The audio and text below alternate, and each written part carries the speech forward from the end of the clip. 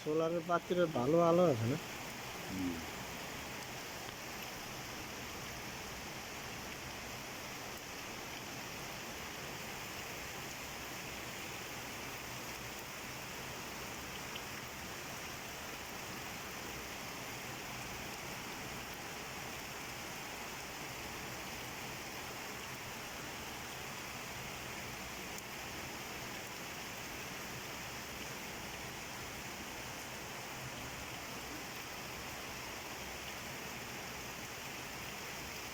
এই গাড়িটা রাখলে তো নেই না কেন? গাড়ি যে ব্রিজে লেগে আছে না, এটা জানি বলে ব্রিজে লেগে গাড়িটা আছে না, এই খাল কাটতেই পাই দিছে গো।